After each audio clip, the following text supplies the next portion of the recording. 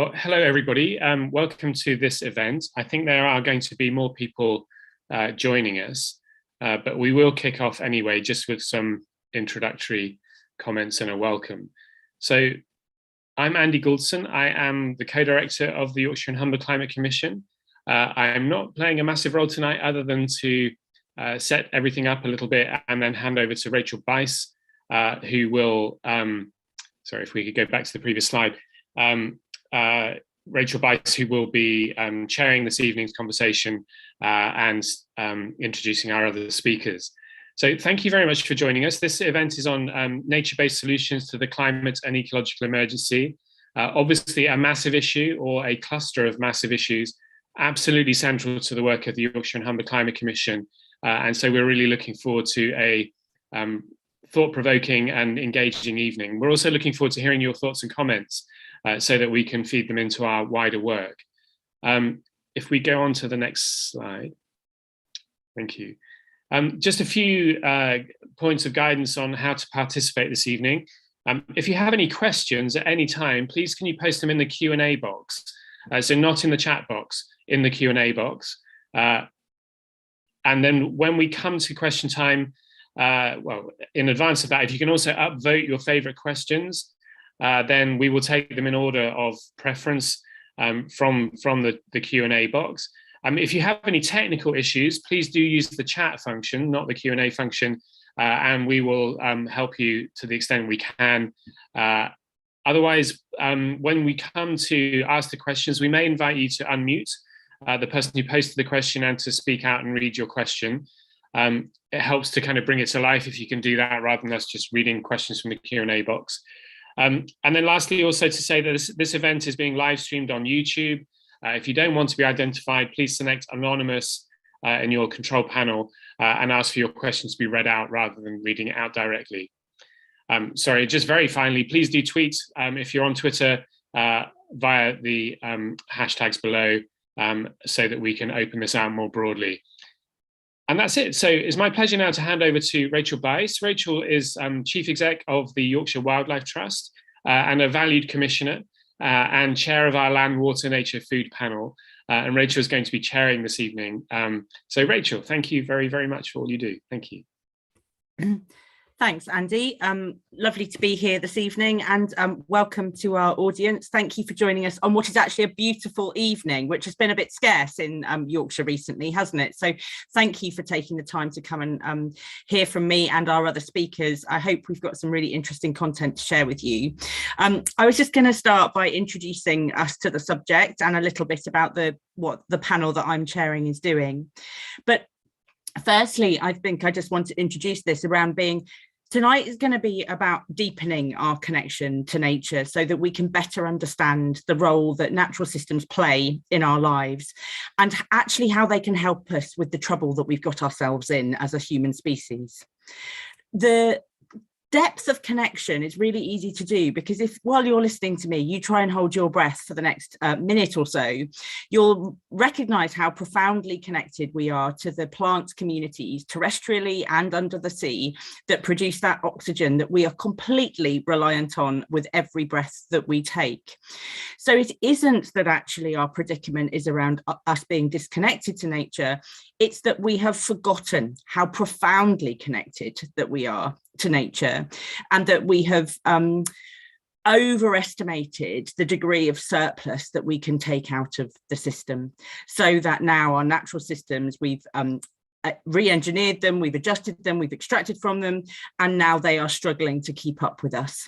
So it is around a rebalancing that we need to do, which comes from a reawakening of our connectedness and then understanding how that we can put those natural systems back into health. And that's what we'll talk about this evening. The panel that I'm working on, which is, as Andy was saying, the Land, Water, Nature and Food panel of the Climate Commission. So it's a sub-panel.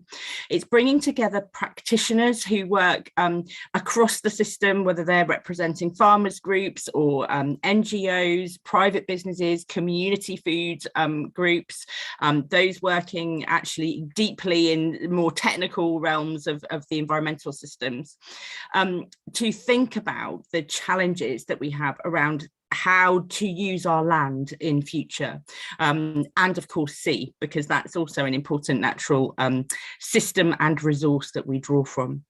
So as we're looking at those things, we've got a series of aspects that we're looking at. Part of it is to celebrate the great work that's already going on in Yorkshire. So there are nature-based solutions currently being delivered in all sorts of ways across our uplands with, say, our peatland restoration, the manifestation of the Northern Forest in Yorkshire that is through the White Rose Forest and other community forest initiatives. We've had some fantastic examples of natural flood management already being done in our region in South and West Yorkshire. We've got wildflower margins. There are lots of good things going on. There is regenerative farming happening, which you'll hear about this evening. But the trouble is, we need more of it, and it needs to go much faster. And so that's why it's so important that we are continuing to share what's possible. How do we innovate in this sector? How do we drive it forward? How do we get more people to understand what we need to do and to take action?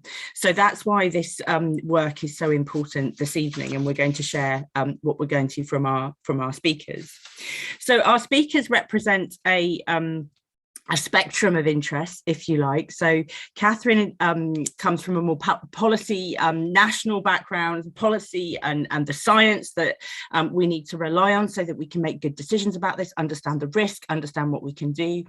Oliver is a master practitioner really in landscape scale interventions, and he'll talk about his experience working on that from the Environment Agency side and Natural England, which I'll explain a little bit more. And then we have James, who is an incredibly inspiring young farmer working in Yorkshire on regenerative practices that he's going to share with us as well. So we're going to hear from our three speakers. There'll be a little chance for some clarifying questions at the end of the time that they speak, and then at the end of the session, when they've all spoken, we'll do a sort of a big Q&A, which I hope will allow us to open up the discussion a little bit and tackle some of the challenging issues that there are in this subject. So first of all, I'm going to hand over to Kathryn in a minute, but let me just tell you a little bit more about her. Kathryn has had a formidable career, being formerly the UK government independent climate advisor and part of the climate committee for the UK. So has looked at some of the really challenging risks that we face, but also some of the solutions that she'll talk about a little bit more. She now works with the Wildlife Trust, so as part of the federation that I also work for, and helped represent us at COP26 last year. She was awarded an OBE in the New Year's Honours List for the work that she has been doing, and now is the permanently with the Wildlife Trust for the Director of Climate Action. So working across deeply with the policy and the science and the evidence, she's a really good person to talk about how we should view this from a sort of national and conceptual scale, and what we can do to make a difference. So Kathryn, please do add anything that I may have missed out in your biography, but welcome. We're really pleased to have you here. Thank you. Thank you very much, Rachel, and hi everybody. It's lovely to be here this evening. So I'm going to kick us off. I am going to use a few slides, just so you're not looking at me the entire time. So if someone can just give me a thumbs up that you can see those. Yeah, Rachel, thank you very much. So I'm just going to spend about 10 minutes, as Rachel said, giving some of the sort of national picture, and particularly focusing on some of the issues we have around trying to implement nature-based solutions. So as Rachel said in her introduction, you know, we have fantastic examples across the country of implementing nature-based solutions, and I know Oliver and James will be talking about this and giving you some of those examples, but we really need to scale this up, and it's this question of scale and the barriers to scaling up, which is the thing that occupies a lot of our time in the Wildlife Trust and a lot of other people's as well. So I'm just going to touch on some of those issues. So the first thing to say, as Rachel said, when we think about why we need to do this, and the title was slightly provocative, can we solve the climate crisis with nature? We definitely can in part, and we'll come on to that. But this is a picture of what we're facing in the UK in terms of future climate risk. And these are just some maps taken from the government's most recent UK climate change risk assessment, which I was leading last year. So This is something that the Climate Change Committee produces on behalf of government. And if you're interested, there's about 2,000 pages of analysis that sits in the risk assessment. So it's a really good, almost encyclopedia of climate risk for the UK. And these are just some hazard maps for 2 different scenarios. So on the left, we have the present day. So the change that we've seen since sort of the middle of the last century. And then we have a pretty much an inevitable scenario for 2050. So what we're expecting to see happen by 2050 in the middle, and then what could happen by 2080 on the right if we continue with the current emissions that we see at the moment. And it just gives you a sense of the scale of the issue. So for something like maximum summer temperature, you know, we've already seen a 1 or 2 degree increase in maximum summer temperature. We're expecting that to be around 4 degrees higher, particularly more in the south of the UK by 2050. That's the inevitable, the highly likely scenario. It could be up to 8 degrees hotter by 2080, and that's an average over a typical average summer. So these are all average changes as well. So that is a huge change. That's an absolutely systemic change in extreme temperatures that we could be looking at. Similar picture for low river flows. So again, a lot of you who work in the water sector will be familiar with the problems that arise when we start seeing low river flows in the summer. We haven't seen much change yet, but we probably are likely to see up to about a 20% decrease in river flows during times of low flow. So it'll be 20% worse than it is now. That's quite a big chunk. And it could be 50% worse by the 2080s. Again, for wildlife and for people, that's a huge change that we need to start planning for now. And very pertinent to Yorkshire future flood risk. So these maps at the bottom are all sources of flooding combined, so coastal and river flooding and surface water. And we're likely again to see around a 60% increase in the number of people living in high flood risk areas by 2050, but that could be more than a doubling by 2080, or even a tripling in some areas. And again, Yorkshire and Humber, well-known area, very well-studied area for flood risk, but that's something obviously to be concerned about as well. So how does nature come into this? And it was great to have a look actually at the action plan that the Commission have produced, and nature-based solutions and protecting nature features all through it, which was fantastic to see. I was really impressed actually with the amount that's gone into that action plan and some of the content as well. So these are just the actions that relate to nature. And very hearteningly, you know, it talks about using nature as a way to support actions to meet net zero greenhouse gas emissions in land use, but it also talks about nature very importantly to improve our resilience to the climate change that we are already experiencing and are likely to see by 2050. And not only are we talking about nature in rural areas, it also mentions nature in urban areas, what we call blue-green infrastructure, which is a really important nature-based solution for extreme heat and for surface water flooding in urban areas as well. So really pleased to see all of those. And you know, to think about, well, what are we talking about when we mean nature-based solutions? This is a nice report that the Wildlife Trust did for COP26 last year that really, again, actually getting into the practical examples of this, set out some lovely examples of what we really mean by nature-based solutions. And really important to say, they are on land and they are at sea as well. So we tend to talk about land-based nature-based solutions a lot, but equally, there's lots of marine-based nature-based solutions that we can think about. And the typical ones are peatland restoration, fantastic for climate change mitigation and adaptation, but also woodland planting, restoration of grasslands, restoration of wetlands. Wetlands is a really interesting one from our point of view from the Wildlife Trusts, because as species are moving across the country and species are moving into the UK from other parts of Europe as well, we're actually seeing the wetland species moving soonest and fastest, and we're getting new species, particularly of birds, coming into our most protected, our best quality wetlands first, which is a really interesting observation. So from a resilience point of view, as well as a mitigation point of view, wetlands are really interesting. And then in the marine and the coastal environment, salt marsh is a really well-known one for storing carbon, but also, again, a fantastic buffer against coastal flood risk. And we're starting to look at some of the other marine habitat types in terms of their carbon storage capacity. Now, the science here isn't as good as for some of the land-based areas, but we are starting to get numbers coming from a lot of different research projects on things like seagrass, kelp beds, marine sediments, to try and understand the potential they have to store carbon, but also what's at risk as we see the marine environment start to change as well. And then if we think about, well, we know what these nature-based solutions are. We have some great examples of them being implemented, but what's the problem? You know, why are we here talking about this? And the problem we have, coming back to the scale issue, is one of implementation. So when we as a delivery body at the Wildlife Trust think about nature-based solutions, we're facing day in, day out, and Rachael does this as her day job, and we have, you know, people all around the country in the Wildlife Trust having to face these issues every day to try and scale up nature-based solutions, these big barriers. And a lot of it is to do with the flow of funding coming into nature-based solutions and the scale. So the Green Finance Institute estimated last year that there's a £44 billion funding gap over the next 10 years for implementing the scale of nature-based solutions that we need to see to tackle climate change and the nature crisis. So that gives you a sense of the scale of what we're talking about in terms of the gap. And there's barriers both in the public sector and through private finance. So when we think about the public sector, so government funding, funding that we get through grants, there's certainly still barriers about acknowledging the benefits that we see of nature-based solutions, particularly for climate adaptation, for climate resilience. So that's protecting ourselves against the climate change we're likely to see.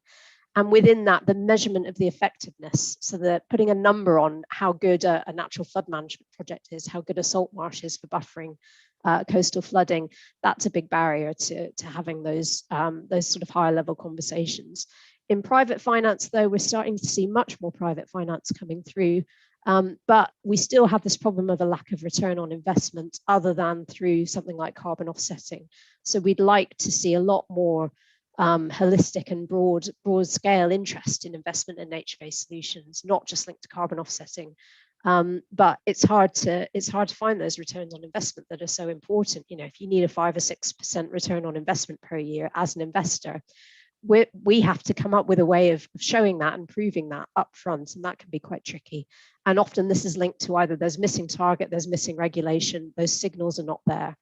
As I mentioned, carbon offsetting funding is dominant at the moment, but you know, there's a whole set of issues around the credibility of carbon offsets. Again, something we're very alive to and interested in through the Wildlife Trust, and having lots and lots of discussions internally about how we can make sure that any carbon offsets we do are very high quality and credible. And we're seeing and continue to see a lack of market and policy certainty from government. And we're seeing that happen right now, in fact, with a lot of uncertainty over the last week or so in the future agricultural payment scheme in England. Just as one example where we were going in one direction, it now feels like we might be going in another direction, and that doesn't breed the kind of policy certainty that you need to get those big investors going.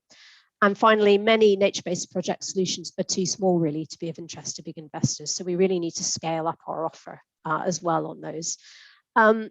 Just a couple more slides on this. So there is a lot going on in terms of publications about how we can address those barriers and how we can scale up the market. This is one called the Financing Nature Recovery Report, which I think came out last week, which is led by a consortium of different organisations, led by the Broadway Initiative. And if you're interested in this area, really good report to go and look at some of the mechanisms they were recommending in terms of breaking down some of these barriers. And finally, I just wanted to talk about getting the balance right. So when we talk about nature-based solutions, it's not just about a single issue. It's not just about climate. It's not just about nature recovery. And the IUCN has come up with a nature-based solution standard, which again, the Wildlife Trust have been very involved with, which looks at 8 different sort of societal challenges and societal issues that all nature-based solutions should be addressing. Again, really interesting way of thinking about how, when we're implementing a project, we're hitting all of these different criteria and making sure social equity is in there, community involvement, adaptive management for the future. These are all really important considerations for us when we're implementing nature-based solutions. So those are hopefully just a few ideas to get the discussion started, but very happy to go into any of those in more detail. Kathryn, thank you so much. That's really appreciated. I'm just going to see if there's anything in the Q&A. Not at the moment. So if anyone's got questions, please do bring them forward. I'll just ask a little bit. I'll probably ask this to everyone who's going, because I think the the point that you made around there being a £44 billion gap, and what has happened recently with the uncertainty that's been introduced around the Elm scheme, which has been in the news. Do you just want to say from you about why that's so consequential from your point of view, Kathryn, and then the others can also answer that later? Yeah, sure.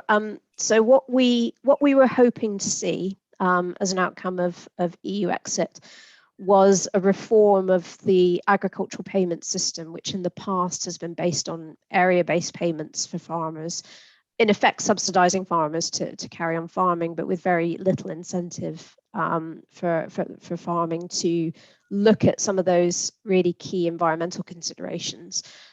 So the whole idea behind reforming the agricultural payment system was what we call public money for public goods, so that we would be seeing taxpayers' money going into these environmental benefits rather than subsidising farming just based on area. And what we've seen over the last few weeks, particularly as a result of the concerns around food security, is governments seem to be rowing back on those proposals to bring in a whole new tranche of what we call landscape recovery in particular. So a huge chunk of funding to do big, widespread projects across farmland, across the agriculture sector. And that's so important because agricultural land is such a huge proportion of our land area in the UK. And we know that farming practices, and this is not the fault of farmers, this is the way that policy has dictated action over the last few decades, has led to, in large part, a lot of what we've seen in terms of nature decline. And because it's such a huge area, this was a really, really key cornerstone policy to try and drive that action. So we're waiting to see what government does over the next few weeks, but the signs aren't looking particularly good at the minute. Thank you. That's yeah, it's important, and I think it's consequential because there needs to be enough money in the system for it to be worthwhile for farmers who are running businesses to change practice, which is the same for any business. So it's really around the opportunity of using these mechanisms for multiple benefits rather than single benefits, isn't it? And that the reason that landscape scale is so important in terms of nature's recovery is because it is much better value for money to recover natural processes at landscape scales than it is to try and do it on a small scale, which is something that's very real in my day job. So the importance of this landscape scale tier is so critical for re-establishing the natural processes and allowing farm businesses in marginal spaces to be able to become profitable again, in fact, by producing food and nature. That is why it's so important. So yeah, it's something that we'll probably talk about a bit more about later in the Q&A. So thank you, Kathryn, really appreciated. So next we're going to pass on to Oliver. So Oliver, as I mentioned before, he's now the Chief Operating Officer for Natural England, so one of the DEFRA agencies who are working to restore nature across the country. He was also previously the Area Director for Yorkshire at the Environment Agency, so has spent a lot of his career grappling with, I think, the tension between delivering what we're talking about in terms of addressing risk, trying to deliver the right solutions, but also having his attention on the regulatory side of the public sector work as well, which is also important. So he's an experienced leader around climate and environmental leadership, and particularly interested in how we collaborate to drive the change that we want to see. He was involved in setting up the panel that I was talking about earlier before he went off to Natural England, and is still involved in the commission. So delighted that he can join us this evening. Oliver, over to you. Okay, hope everyone can hear me. Thank you for such kind comments, Rachel, and thank you everyone for joining us on what is a beautiful Yorkshire evening, isn't it? What would I like to say? I'll start with some introductory comments, and I've got three key things I just want to leave you with, and hopefully that'll stimulate some discussion and some great questions from you. I mean, it goes without saying, and Rachel, I think you kind of tabled this really well at the beginning with your comment around, just sort of breathing and how profoundly connected we are to nature. I mean, nature and climate really are the two biggest challenges of our time when you think about long term and where we are as a society. of course, I know it's obvious, but we only have one planet to live on, and how we tackle those really is our gift to future generations that come after us. And tackling climate change and recovering nature aren't some independent things. They are, in my mind, very much opposite sides of the same coin. So in one sense, I guess my core belief is just working with nature is the right thing to do. It's the only thing to do. And that's partly because natural processes, provide us with so many services. You take the moorlands, the peatlands that cover a large part of the Pennines, the North York Moors, and much further afield than Yorkshire, clearly. In many ways, the deep peat on those and some of our lowland areas, actually at the humphead levels, this is equally true for. They are our equivalent of tropical rainforests, because in terms of the carbon stores they hold, and they're critical not just for nature but for the country and, quite frankly, the planet. And those, those peatlands, those carbon stores, they're not just important for carbon. They help with water quality. They're natural filters of our water. They sustain fantastic biodiversity, and they are natural sponges which help protect us and build resilience against flooding. And we just heard from Kathryn what that means and why that's going to be even more important in the future. I think our challenge when you stand back is, and comes from a delivery perspective, that we've often looked at, and you think about nature conservation here, looking at individual sites and protecting nature using nature-based solutions on sites. But the challenge is we need to scale it up. We need to move from sites to landscapes. And I think Sir John Lawton, in his Making Space for Nature report back in 2012, just came up with the phrase more, bigger, better, joined up. And I think, whether you're talking about nature or you're talking about water, just nature-based solutions, and what that means, I think that phraseology really, really works. I think the good news is, in a policy kind of setting, you've got targets such as 30% of land for nature by 2030. A commitment to halting the decline of nature, commitments around species abundance, and then new tools which I'll come on to later.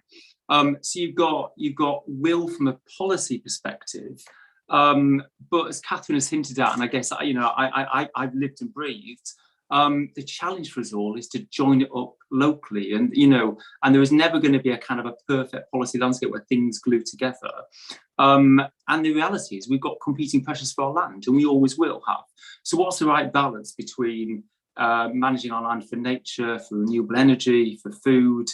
They're all important, and this isn't one. This is about how we plan and deliver multiple different outcomes and those kind of services. And for me, you've got the kind of government policy at national level.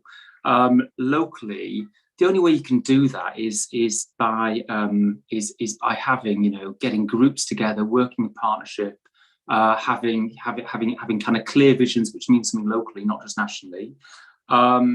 And involving the right people, all the way, from professionals, I guess, like myself and others on this call, to really to members of the community who've got so much local knowledge, and land managers who look after and steward the land on a day-to-day basis. So for me, it's about putting all of that together and thinking through, right, okay, what have we got now?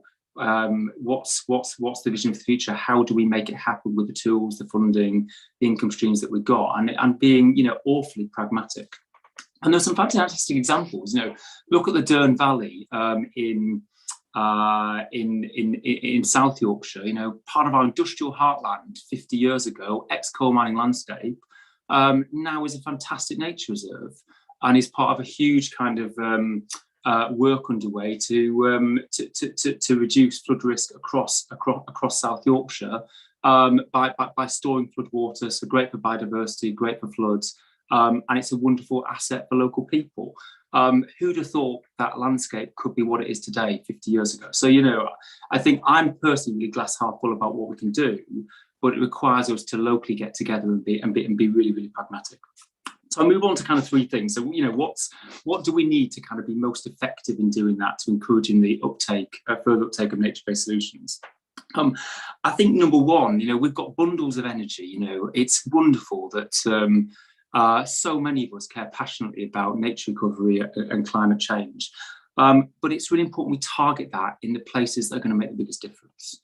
And that might sound simple. Actually, it's awfully complex behind the scenes.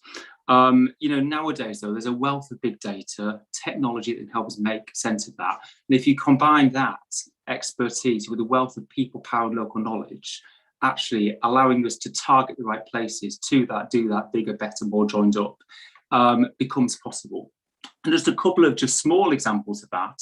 So Natural England, the organisation I currently work for, working with Hull University on a machine learning tool that is looking at hedgerow gaps across the whole of East Yorkshire, and then twinned with that is using a youth-led citizens science project, so involving lots of local young people across the university to actually verify what comes out and help us target incentives to actually plug those gaps across the whole of East Yorkshire. That kind of approach wouldn't be possible without the big data plus the fantastic community involvement.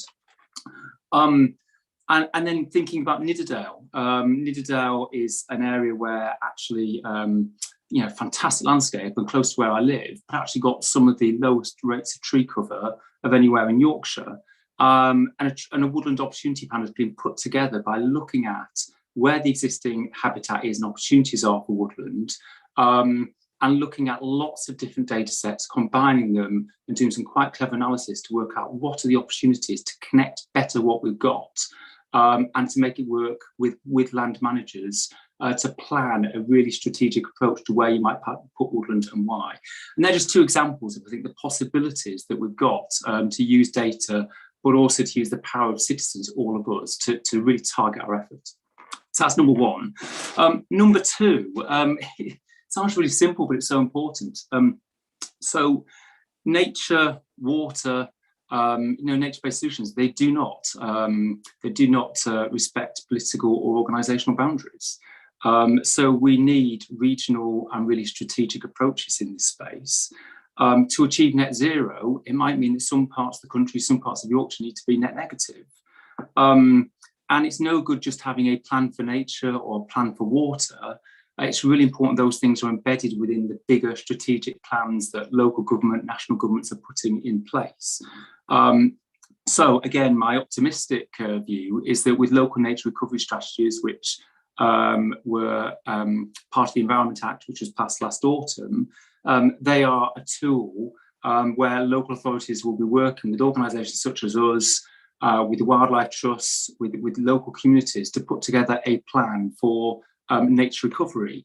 And the big ticket is if we can combine those with the wider strategic planning that's put in place, then we can look at how best to balance the needs of nature with all the other plans, the wider infrastructure needs, the housing needs. So it's not piecemeal, it's truly integrated. And again, I'll just refer to the work that we've done, the Environment Agency has done, and I was heavily involved in post the 2019 flooding in South Yorkshire, where all the local authorities got together with the Environment Agency, with lots of voluntary groups working across South Yorkshire to put together a really coherent plan called Connected by Water, that again was integrated into wider plans.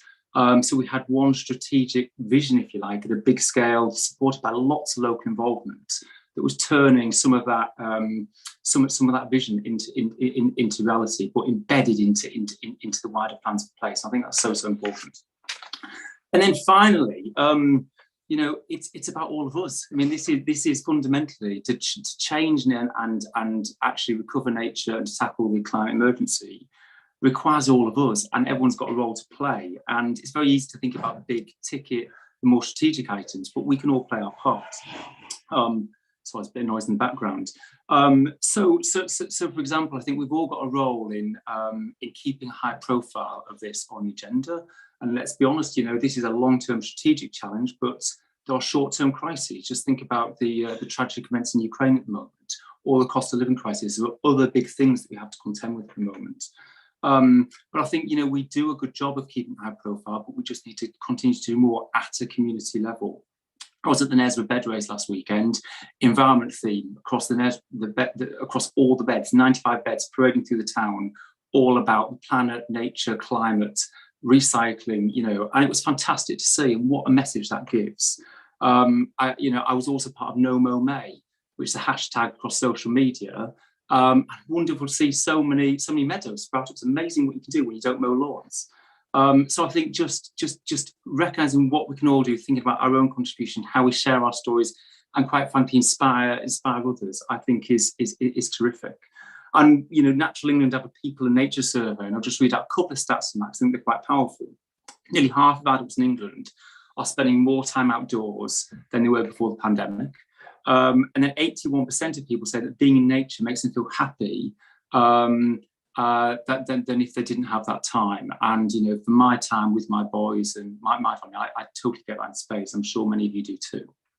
So we've all got a role to play, and just think about how you can help, and what time, what little action, because it is small things that make a big difference collectively, you can play.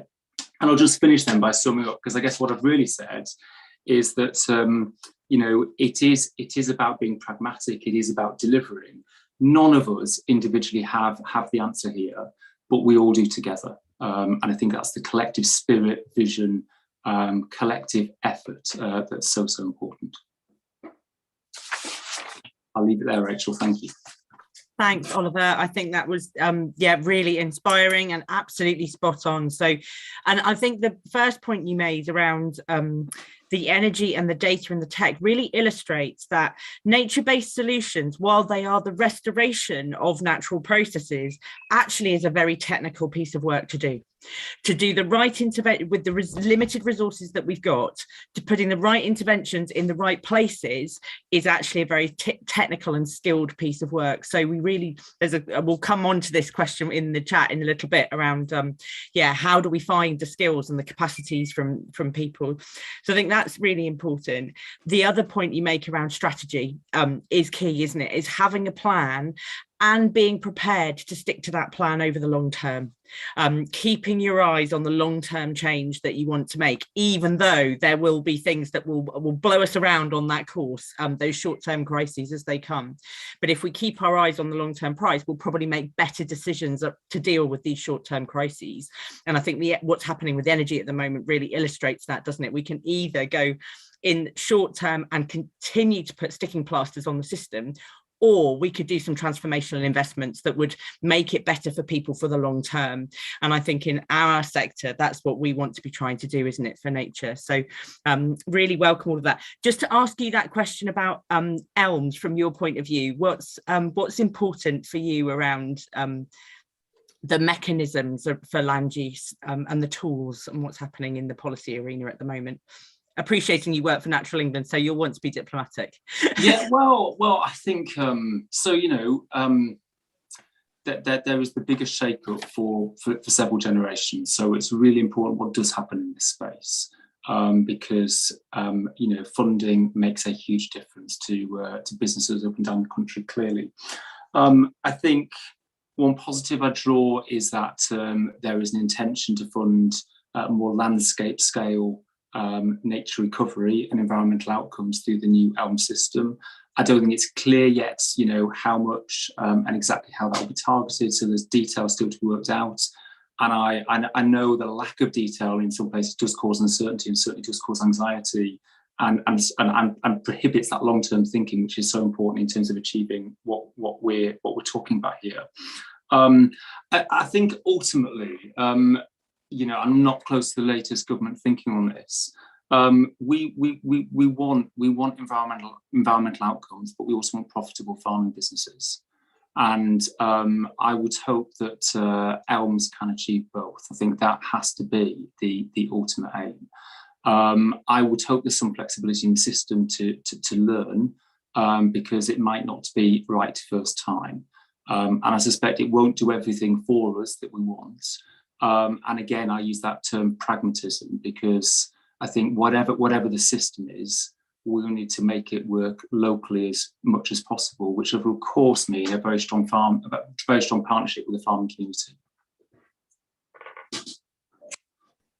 Great, thank you. Yeah, I think it is possible to do both. It's about being committed and taking the time to think and listen to each other's perspectives and then design the right things, isn't it? Which often when we're trying to do things quickly, we think we haven't got time for, but actually it's in time invested at the beginning to hear the different voices, to make sure that the design that we're trying to put in place is as good as it can be, and being prepared to flex once we're on the journey, as you say, is how we drive good outcomes. So yeah, thank you. Right, we'll come back to some more of that chat in a while, but now we have James, who is going to talk to us around being a real life farmer and all of the real challenges that we talk about around and around. It's so critical, the role that farming is playing for us, for absolutely everyone. It's a critical industry, but it's one that is being asked to change, and for those people who are within it, that's a challenge, but also an opportunity. And James is going to talk to us around the changes that he's been driving. He's a Yorkshire man born and bred, so on his mixed family farm over near Ripon. He departed for a little while to go off to agricultural college to Harper Adams, and then came back to the family farm in 2014. And now he works alongside his father, and that they have been working together over a number of years now to start working in a more regenerative way, taking inspiration from what he's hearing from around him and starting to put it into practice.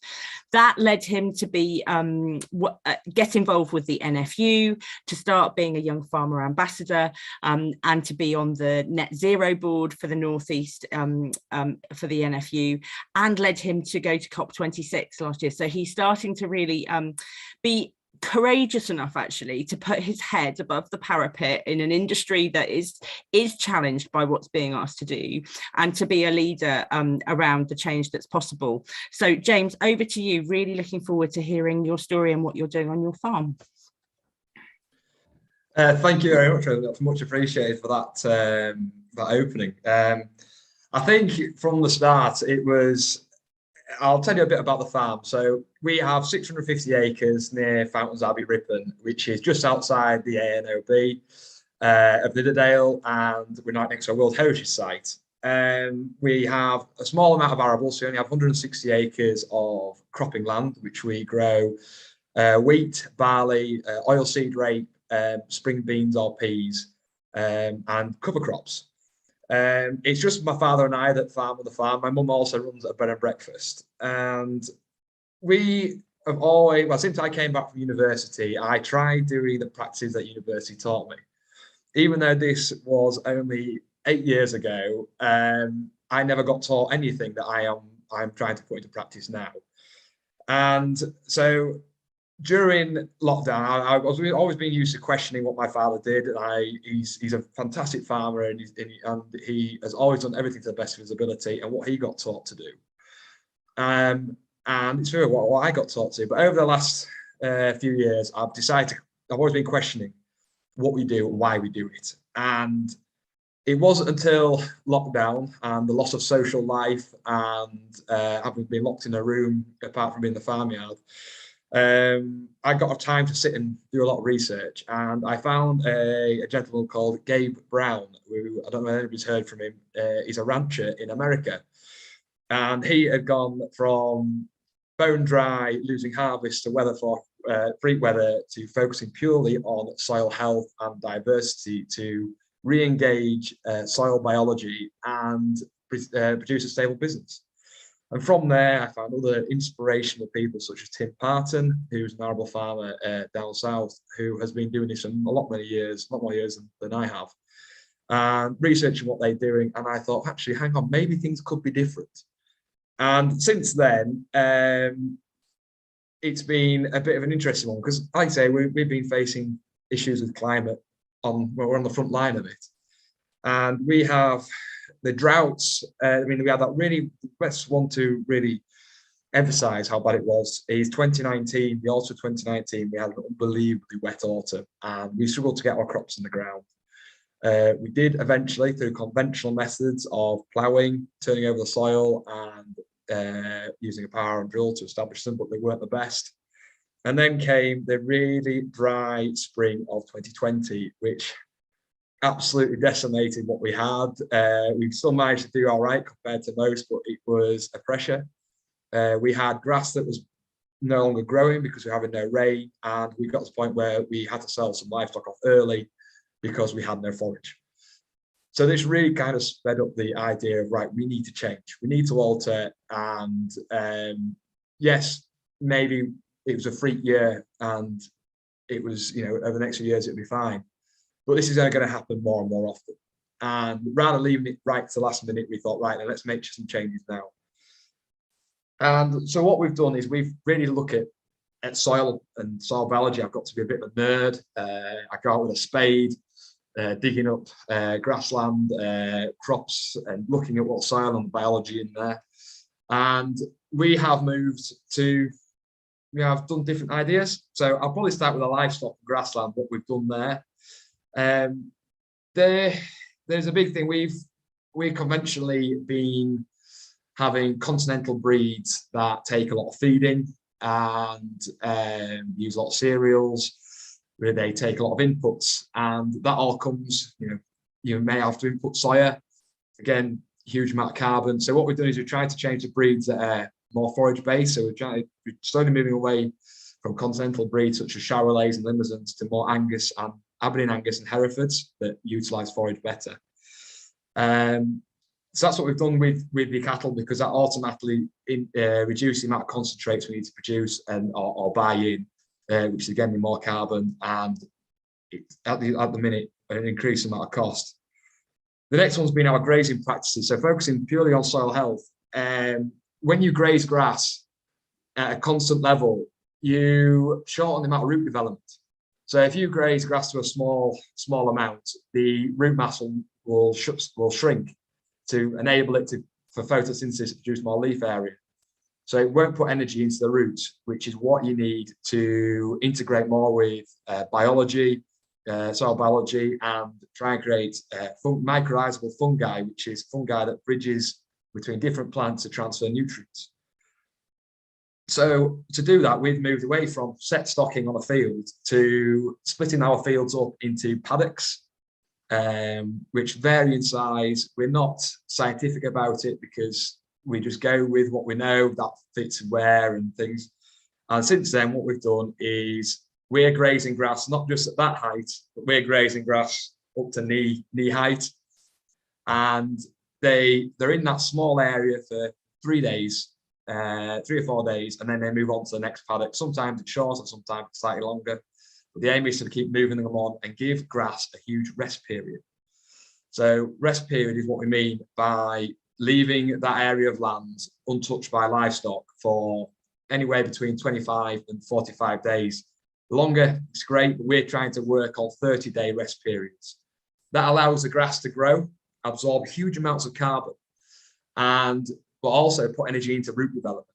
So when you just graze it just for that short period of time, the plant feels like it's been attacked, and what it does, it thinks, oh no, I've got to make sure that I have enough energy to combat this. So what it does, it pushes more roots down to gain access to more nutrients to then produce more leaf, because it has that period to recuperate its nutrient because of the long rest periods between grazings. This also, because we're breaking up the use of, if you're set stocked on a piece of land for a long period of time, you get huge worm burdens. So the aim, and if you worm cattle or sheep, when you worm, then that comes out in the feces, and that damages insect life in the fecal matter, and which reduces the amount of how quickly it biodegrades, and insect life, which also reduces the ecosystem that we're trying to create. So when you move them and break up the worm cycle of 21 days, we no longer have to worm our cattle. Again, increasing, we've got huge amounts of dung beetles now that are coming around. And yes, I turn over cow poo on a regular occasion to see what we've got in there. And it's really fascinating to see the insect populations we have in there, which are not just degrading composting our farm manure, but they're producing a huge amount of food for birds and other wildlife. But that still doesn't enter the idea of reducing inputs. So as you all probably know, nitrogen has gone through the roof. in price, but it's something that we've already trying to reduce our nitrogen input. We're trying to increase the amount of herbs and legumes in our grass swards. So legumes such as clovers fix nitrogen from the atmosphere. Free nitrogen is perfect, but it's trying to establish those in our grass sward. But what they also do is, which a lot of farmers use nitrogen for, is the grass growth curve mainly peaks in May, June, and then tapers off, and you have a slight increase again in August and September. Farmers will use nitrogen to stimulate grass to grow in unnatural times what it normally does. And that's what we've always been, it's what we've been taught to do through industrial agricultural practices. Clovers and herbs have different rooting structures. Grassland has grass has quite a small rooting, so particular Mariah grass has a very small rooting structure. Legumes and herbs can range between half a metre to a metre to 1.5 metres down. So always tapping onto nutrient, and also being able to draw that carbon further down into the soil, boosting fertility. But this also, for a farmer's point of view, from my point of view, it enables us to grow grass and forage throughout the year without the use of nitrogen fertilizers. This is such a huge thing to combat. We are slowly, we're not all the way there yet, but we are slowly getting there with our progress. So that's been a really big key in grassland, and us being able to sequester huge amounts of carbon. Because what we can't forget is grassland, a high producing grassland that is managed correctly and not just left to go bare. Livestock is a huge part of us being able to manage grassland and sequester more carbon. A productive grassland can sequester more carbon in the first 20 years of a freshly planted woodland. So an acre of grassland can sequester more carbon in 20 years than an acre of freshly planted woodland. So that's what, if we're really looking at quick responses, productive grassland is a huge part of that. Moving on to the arable cropping, I know I've got to be careful because I might run over time. There's so much to talk about.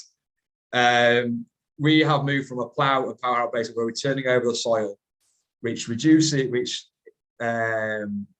releases carbon through mineralization. And what we have done is we moved more onto a direct drilling system. So we're trying to reduce the amount of times we move the soil, which reduces the amount of carbon we emit. But also through that, to try and reduce our resilience on nitrogen fertilizers, we're using more legumes in our rotation, so more beans and peas, because obviously we want to fix more nitrogen boosting food fertility. We're also trying to throw more diversity in there in our cropping. So more cover crops around, leaving stubbles over winter, which don't sequester any carbon. They don't feed any any soil biology. We make sure we cover our land every year with anything we can find in the shed or what we can find to build biodiversity. The key is having a living root in the soil at all times to feed that bacteria and that biology, but also sequester carbon. So we're using, like I say, diverse croppings in cover crops, which we also then graze with sheep, which again feed our livestock. The big one we found really interesting is we're constantly trying to reduce the amount of insecticide and fungicide we use, because the amount of times we use that, it goes against our soil health and biology. So oilseed rape, which is that yellow flower that we see growing in the fields that looks lovely at certain times of the year, we have tremendous problems with flea beetle in this country, and we use insecticides to cure that flea beetle, which again, insecticides doesn't just wipe out the flea beetle, also wipe out other insects. So through that, we've decided to start companion cropping. So there is a plant called buckwheat, which is a fast-growing plant, which is also a phosphate miner. It has tremendous roots and it mines phosphate. We use a thing called buckwheat, clovers such as crimson and berseem clover, which have a huge amount of rooting development and bringing nitrogen fixing. But the great thing about this, it camouflages the oilseed rape. So through camouflaging the oilseed rape, we have no longer had to use insecticides, which has been a huge benefit. But again, we've gone one step further. So we leave a standard arable farmer will plant his crops and leave his crops over winter, but he'll spray a fungicide on in the autumn to prevent fungal disease going through the winter, and then you'll have to spray it again in spring because there will be a huge amount of fungal disease come through in warm autumns and winters that then affects his crop. We use sheep. So the idea is we want to graze the diseased leaf off the crop. So on oilseed rape, we graze that and we take all the fungal matter off with sheep. We don't graze the plant completely off because with oilseed rape, we've got to be careful.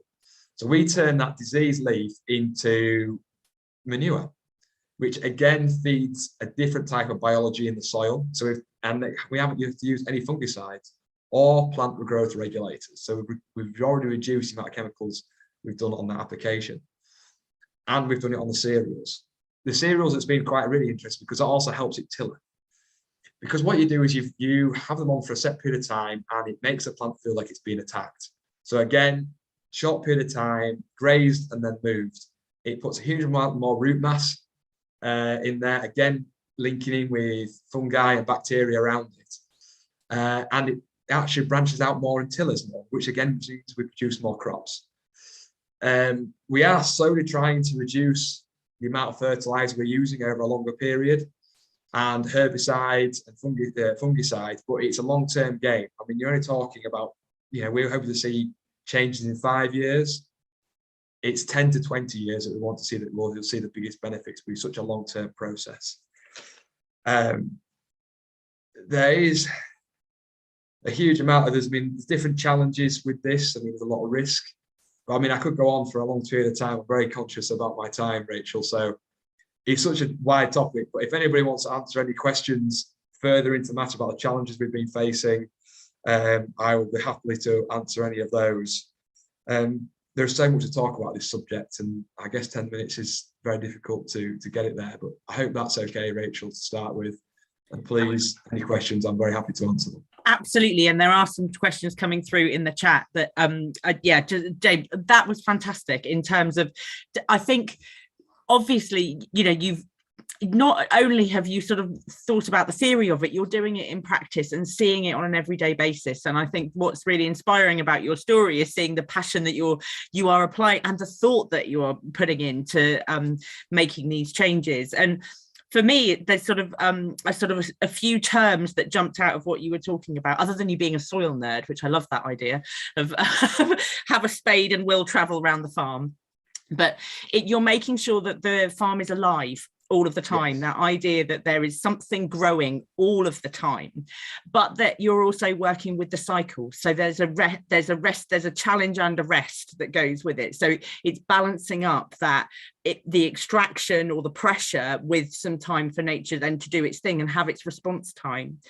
That what you're thinking about is being sustainable, and the symbiosis. I think that was the other thing that really struck me, is that you're looking to see how can the different activities complement and support one another. And that absolutely, that is how ecology works, isn't it? That we have symbiotic communities in the natural world helping each other out, filling little ecological niches. So, and farming grew out of all of those symbioses in those natural systems, and we started to monoculture it so that we could get more and more productive. And what we've probably done is just tip the balance too far, and now we've got to go back. So it's now you're experimenting with that optimal balance between how many crops could this field actually support in a sustainable way, how many different benefits before it would lose those the more than the sum of its parts sort of results that you're getting. So yeah, really fantastic. So what we'll do is we'll start going into some questions, but first of all I'm going to ask you the DEFRA Elms question, and what's your view on seeing the farming strategy come out? There's some good stuff to be welcomed in it, isn't there, in terms of productivity in the UK? We want more people to eat more British food, to be able to afford to eat more British food. But what are you seeing in it, and your peers maybe as well? So absolutely. I mean, I think for me, I think it's nice. I do believe it's a good thing to see, rather than just an area payment, that we are doing something for the money that we're getting paid for, and I think that's a great thing. I think what we are struggling to as farmers is we are currently losing our BPS money, and the government hasn't yet shown us, in any farming business, we have to plan. And we aren't able to plan because we don't know where our funding is going to be. And it puts our business at a huge amount of risk, and that's very disappointing. I think also with some of the money that's coming out to incentivize some of the, I think local nature recovery is great. I think the landscape recovery is going to be, it's going to be very solid. We don't know the funding about that. But I think we need to concentrate. The main part, I believe, is the SFI is our biggest concentration, because at the end of the day, a farmer's here to produce food and food security. And I think the thing is, I've done a few quick figures on and not even on current prices, but let's say, for somebody to come out of a plough and combination based system who is used to growing 4 tons to the acre. I still work in acres because some of our fields are too small to work in hectares. We look for, some people challenge for a 4 ton to the acre crop of wheat. And wheat is currently trading a lot higher than this, but let's say wheat's £200 a ton. He's looking at an £800 an acre return off that piece of land. Let's say we go to an SFI farm who's trying to use direct drilling as a technique.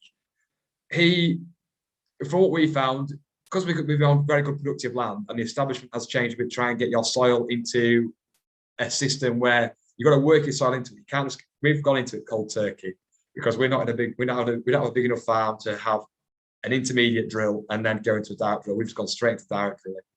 And some of the crops we have seen a slight yield decrease, but we're hoping to increase. Well, let's say now our crops yield 3.5 tons to the acre at £200, and that's £700 an acre.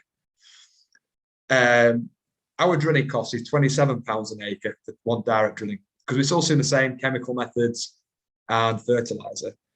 His crop is his establishment, it costs £60 an acre. So his gross margin is from what he's selling to drilling, as I would say, it's an easy way to compare, £740 an acre. Mine's 673. So that puts you at a £67 an acre difference. That there, across 100 acres, is £6,700. The SFI are offering from their soil standard to improve this at £20 an acre. So even in that bridge gap, you're still talking about £47 an acre difference. So for us, because we're looking at the wider picture and the long-term goal and the long-term game and other benefits, we are willing to, as much as we're on a rented tenanted farm, so we always have a rent to find. So it's a big risk for us. But the average farmer, if you don't, for everybody else, who has rent to find and other bills to find in experience, that he knows that he can, at these price, he can challenge that other price. He has no interest in going into that SFI, which then will reduce likelihood of him going into local nature recovery and a larger nature recovery. The SFI needs to be improved and needs to be a larger, like we've been talking about, funding gap. If we really want to incentivize farmers to go down these sorts of practices and look at these different methods, it needs to be bigger. And it comes with a lot more paperwork. A farmer at the minute is going to be like, why do I need to bother? And I think, we should understand that he's running a business at the end of the day and he needs to make sure it's profitable. And I say with that sort of difference, because at the minute farming, yes, we want to look 20 years in advance, but he's still got to pay his bills in the next 5 years. So he really needs to see that extra funding. And that's where my beliefs, and within the NFU, we need to see more transparency in what's going to be happening and a huge amount more funding to get the incentive that people are going in. Yes, we've seen a huge increase in countryside stewardship, but that's not going to, yes, it's going to increase nature recovery, but it's not the huge amounts of land that we want to be able to adapt in. And that's what the SFI would enable us to be able to do. That's really interesting. So it's the sort of balance between, it's a shift in mindset from where we've been actually in nature conservation, isn't it? Where most of the land we say, oh, that's all right, that doesn't matter, but we'll make these bits special over here and we'll pay more for them. And what you're talking about is getting more money in at the base of the system, so much more of the land is farmed regeneratively, positively for food and for nature, and that changes the tide in a way of where we've been. So actually we've got many more places that nature can thrive, and we'll have our special places, but actually it's coming back across the landscapes, but we need to put more money in the system to be able to do that. Completely. So yeah, I think it's a strong message for those who are on the call, some of which who I know do lobbying of our politicians, and have a voice in the media. So yeah, it's the more money into the system so that we get more nature everywhere, and then do some of the enhancements where it's really possible will make a transformative difference. Thanks, James. So let's go to some of the questions that are in the chat. There's a fair few now. I'll start at the top, and I think there's a couple of people, probably a couple of people on the call who might want to answer this one. The first one's around scaling up the skills. So not only do we need to do more on the land, we need more people to be able to do that. And so from your different perspectives, how are you seeing that we can share the intelligence, upskill each other, learn from each other? How do we do that? Oliver, should we start with you? Yeah, I mean, it's a nice challenge to have in a way, because I think there are loads of opportunities in the nature sector and in the wider sector around climate change, and so there should be, for all the reasons we're discussing tonight. So I mean, natural England has grown by something like 30-40% in the last 2 years, and that's because of what we all value and what we're discussing today. I think this needs a sector-wide approach. I mean, my message to anyone who's kind of thinking about what their future career might be is that there was a fabulous career available in the environment sector. And that can be in a whole range of different disciplines, and you can be quite fluid around that. Start in one place and learn a whole host of different skills. That's certainly been my experience. But I think we can't tackle this individually as organisations. We need to see more degree courses, more apprenticeships, more sponsoring of those together, so that we can energize that momentum. So many young people care about the subject, and also there are opportunities, not just for young people thinking about the start of their careers, for people in different sectors who just want a career change and perhaps care deeply about this issue. Now is a fantastic time to get involved in any one of our organisations. Great, thanks, Kathryn. Yeah, from our point of view, I mean, Ian's question is kind of around what do we need to get an army of ecologists going, and actually from our point of view, from the Wildlife Trust, that's not really our issue, because we have thousands of ecologists all around the country. So we manage over 100,000 hectares of land for nature. So if you look at the league table, we're the 6th largest landholder in the UK collectively.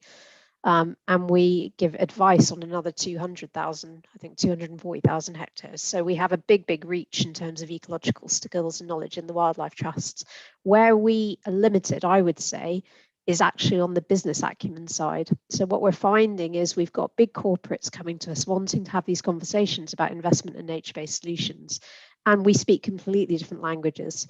And the processes you have to go through to get the practicalities of these projects off the ground are very, very different from what we're used to. So actually what we're looking at trying to do in the Wildlife Trust is bring in a lot more of that business planning, financial acumen into the skill set as well, to balance off the ecological skills and the conservation skills that we already have. It's getting the skills into the right places as well, isn't it? So yeah, that mixture, the partnering is so key. James, when you were talking, you mentioned a bit around what you got from your university course and what you didn't get. What's your view on this? Well, like I said, I only left, I think university will have changed a bit now, because I think the idea of regenerative agriculture has grown huge amounts of momentum over the last few years. But for us, I'm very lucky. I have a father who's open to new ideas and new possibilities.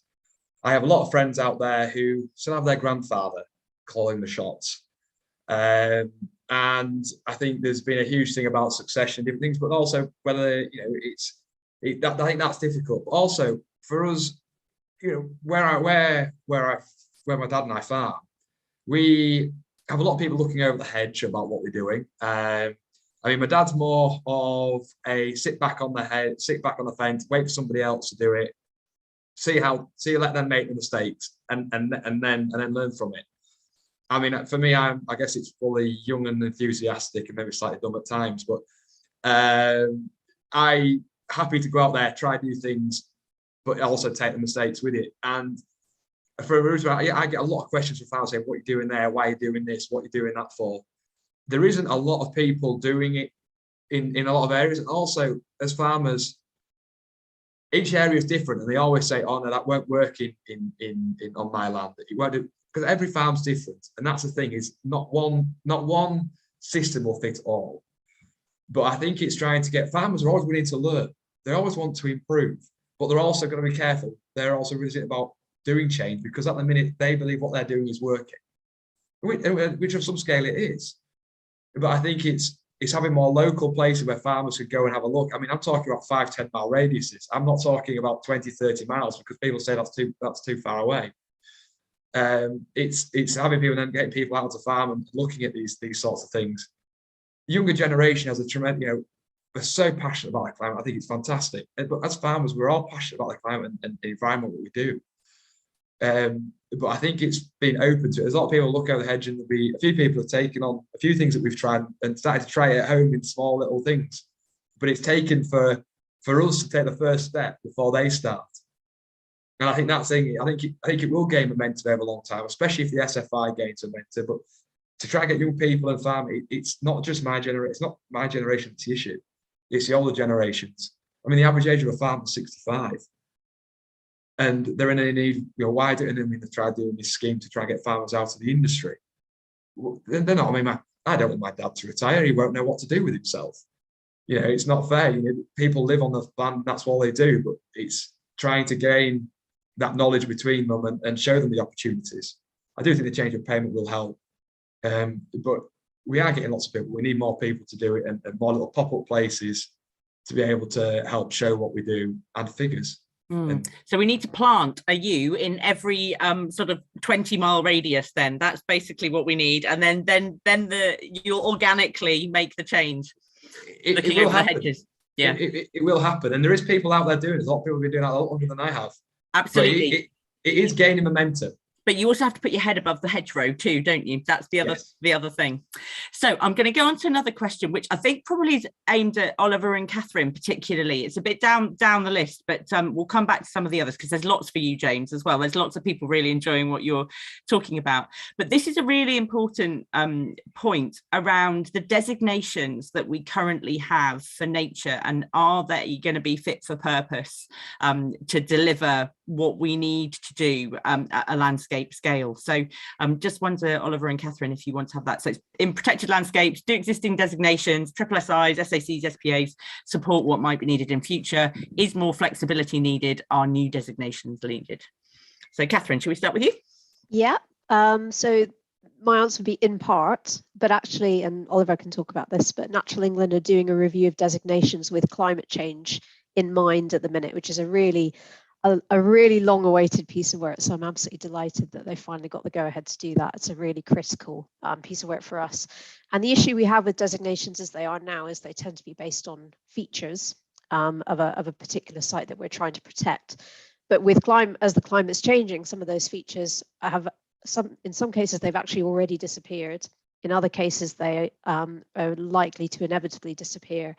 And we don't see that sort of more broad scale view of maintaining connectivity, maintaining ecosystem function that is so important with climate change coming through in the way the designations are done. So we do not want to lose our designations at all. That's not what we're saying, but expanding the way that we look at how we designate to look at a range of things, not just features, which are still really important for a lot of sites, but also the function in those sites and the assemblages of species that they're supporting. So obviously we're trying to maximize biodiversity. So we want to see 25 species of butterflies on a site, not one, on most sites, generally speaking.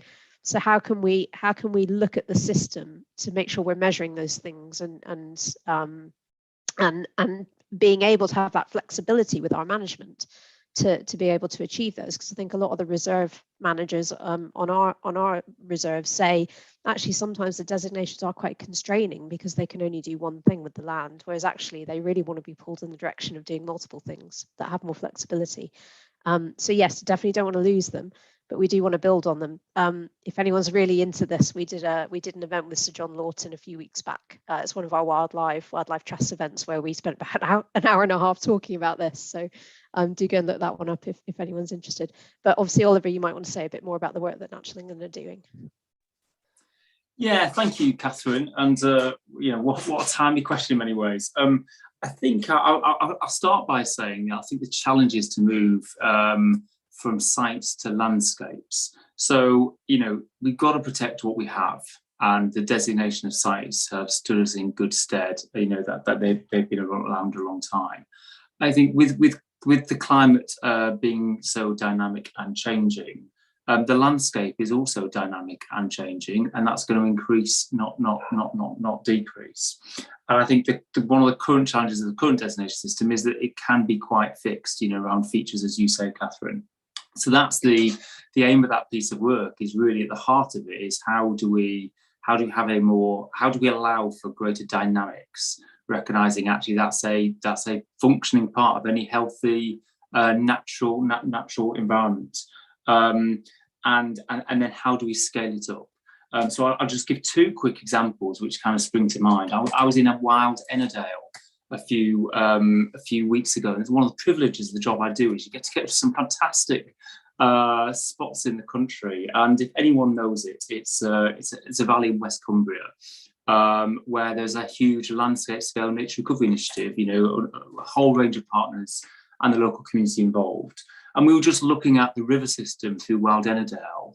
And actually what we observed was, if you'd come on a kind of annual basis, you'd see the river move, you'd see the habitats change, you'd see different species in different places, because that's just the natural dynamics of the landscape.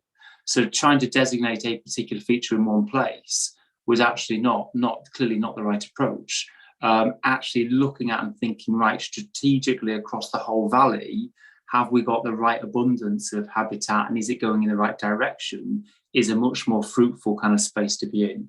The second example I'll give is, we've had these designations for a long time, and they're being looked at in something called the Nature Recovery Green Paper that's published by government just a few weeks ago. People want to go and look that up. But the Natural England only last month declared what we're calling a super national nature reserve. So we have national nature reserves across the country. This is our first super national nature reserve. What's different about it was the collection of many different sites all together under one partnership and one big landscape scale plan. And I think that's what we need far more of in the future. And I guess the question is, how do we use the designation we've got, not lose anything, but build on it to have a slightly more flexible, bigger landscape scale designation system, but also helps us, deliver those other outcomes that we've talked about, and James has so passionately talked about too. So I think it's all up to play for, but I think it's quite an exciting time, quite a dynamic time in this space. Yeah, it's sort of dynamic socially and politically, and needs to be ecologically, doesn't it? That's really enough space for the dynamism to come back into the landscape. If we can do that. So I'm going to go on to another question, which I think is really important. So Jeff Roberts asked this around how do we, the metrics aren't fully established for seeing the benefits from what we're talking about. So how can we persuade risk-averse banks and other financial institutions to invest in them? And I think that it sort of starts, how do we initially make those decisions in whatever our roles are to do more? James, you've done it in your own business. Oliver, you'll be doing it with your teams. Kathryn, you're doing it with the Federation, of saying we're going to be confident enough in this to make a change and convince others. So how do you think that we can convince the people with the purse strings to believe that this is the right things to be doing? Kathryn, do you want to start? Do you want me to make a start on that? Yeah. I mean, this is a tricky one because at the end of the day, if we're talking about big business, the question talks about banks and big companies, then I think the answer is you can't. Unless there is a return on investment, most of the time, big businesses aren't going to invest.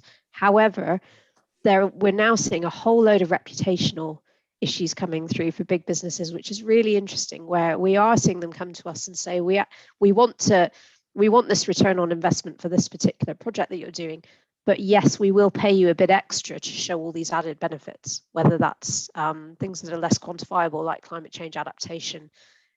Community benefits is a really big one that's coming through at the moment. So we are seeing a little bit of attention being paid to that, but I think at the end of the day, it still comes back to we need to do better at showing the return on investment, but then blending it with other benefits that we want. So going back to that the diagram of the IUCN standard I showed at the beginning, you know, a lot of companies are moving into that space where they want to show their clients that they're interested in all the SDG goals, whether that's social equity or biodiversity or climate change adaptation. So there is that pull coming through, but the financial return is still really important.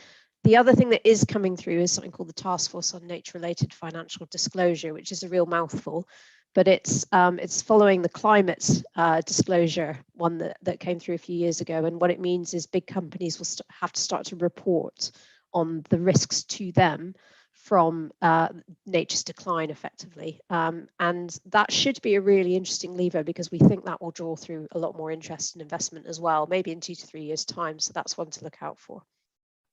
Well, that will be really interesting, won't it? Because effectively this process is mirroring back to people what used to be externalized. And so those financial return expectations that people have were because we externalized the effects. They are now going to have to be costed in. And so the expectation around return is going to have to be adjusted. And so actually that the returns that we can generate that include those benefits as well should be what is the viable business proposition, not the things that we say, well, we should be getting this and we're going to give you this instead. It's like, no, that's the package.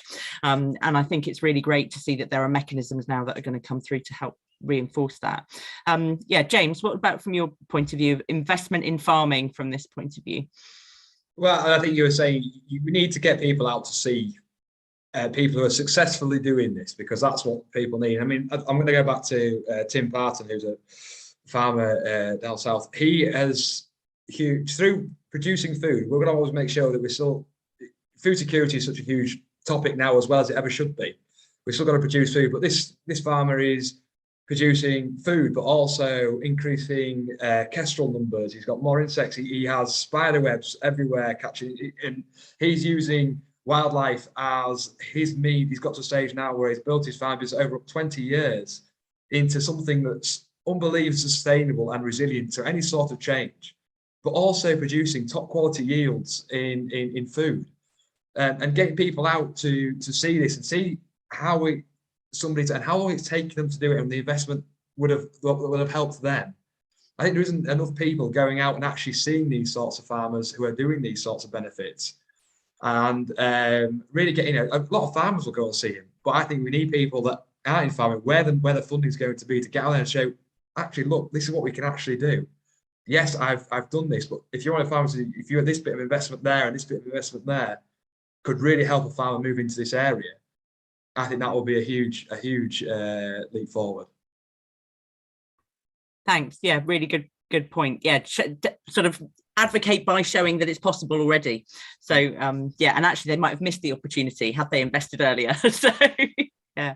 Yeah, Oliver, I think if you have the last couple of words on this, and then we'll start wrapping up. Yeah, thank you. I won't repeat what Kathryn and James have so eloquently said. What I would say is there are new commercial models being developed very much in this space, which I think for the first time really values the natural environment and nature-based solutions. So it might sound a bit technical, but Biodiversity Net Gain is an initiative currently being developed, where new developments won't just be required to offset the impacts they have on the natural world, but they will actually be required to make a positive difference. And they'll do that not necessarily at their site, but it might be site-based. But alongside that, we'll have a pipeline of initiatives that they can invest in, which will more than offset what they take out of the system by making a much bigger positive difference elsewhere. And I think that again is a kind of much bolder strategic approach than we've ever seen before, actually, but requires us to have a pipeline of kind of investable nature-based solutions propositions, which is quite a challenge for the industry. a really exciting one. So I think that those new kind of ways of thinking are part of this as well as how do we attract direct investment from the big businesses, and Kathryn has touched on some of the challenges in that space. Thank you. Yes, and there is an initiative actually at a northern level called Nature North that is looking at how do we package up the investable sort of packages of work that you're talking about, so that we can talk at a northern scale, like the MP11 do for transport or for the economy, so that we can do that for nature. So that's a collaboration of NGOs. There is a website now if people are interested to look that up. It's naturenorth.org, I think. So yeah, do have a look at that. I want to thank our panelists before I hand back over to Andy for sharing both, their experience, their wisdom, their skills, their passion. That's come across really strongly. So thank you. And we have had vastly more questions than we've been able to answer. So I'm hoping that I can do something in the background with Andy and Rosa with the Climate Commission to get some of them answered and out to the people who have been on the call, because there's a young student in there, James, who's wondering about how she can hold her own with her peers around advocating for these new things, and people who are creative. How can the creative sector get involved? How some technical questions around some of the soil stuff as well. So there's a lot in here. So we might have to do another one of these in the lifetime of the Climate Commission, perhaps, as these things are moving on. So thank you to everyone, and I'll hand back over to Andy with my last little plug, actually, before next weekend we've got the Great Yorkshire Creature Count, which is an initiative done by Yorkshire Wildlife Trust to get more people on their doorsteps counting the wildlife that we are living with. So if anybody would fancy signing up, please go to our website and take part in that, because that is a way that many of us can make a big difference to understand what's happening to wildlife in Yorkshire at the moment. So little plug for the Creature Count as well. Andy, over to you. Thank you so much to everybody who's been involved this evening. It's been a really fascinating and obviously crucially important conversation. In the Yorkshire Commission, we have 4 objectives: to tackle net zero, to promote climate resilience, to help address the nature crisis and promote nature recovery, and to promote just transitions. And in so many instances this evening, it's clear how all 4 of those can come together in a joined up way at the place-based level. But clearly there are obstacles and capacities to be built, but there are also pockets of best practice around. And I think there's so much we can do within the region by linking together the best practice and spreading it and developing it over time. So tonight has been really inspiring and will absolutely inform the work of the Commission and the impacts we hope to have as we move forward. So if we can just plug 2 other things quickly. We are planning a Yorkshire Climate Summit on the 15th of November at the Royal Armouries, which is the second year of this event. The last time we launched the Climate Action Plan, you can see there on the left. And this year, we'll be looking at climate leadership and success stories, I suppose, of successful organizational and business-led climate action across the region. And secondly, related to that, we will be launching a climate pledge in September, then to be developed further at the summit, where we hope to engage with the biggest of the organizations across the region, but also with many small businesses and with community groups too, which are delivering and developing their capacities for climate action in all of those areas. So if you don't follow us already, please do follow us on via our website. There's an email sign up and we send out a newsletter regularly, but there's also our Twitter feed, and we run these events fairly regularly. So if you sign up to the newsletter or follow us on Twitter, you can join in on similar events as we move forward. Otherwise, just thank you so much for joining us tonight. We hope you found it useful and inspiring, as well as obviously challenging. And thanks again to Rachael and to our speakers for everything you've done this evening. We appreciate the time you've given, as ever, to the Commission. So thank you very much.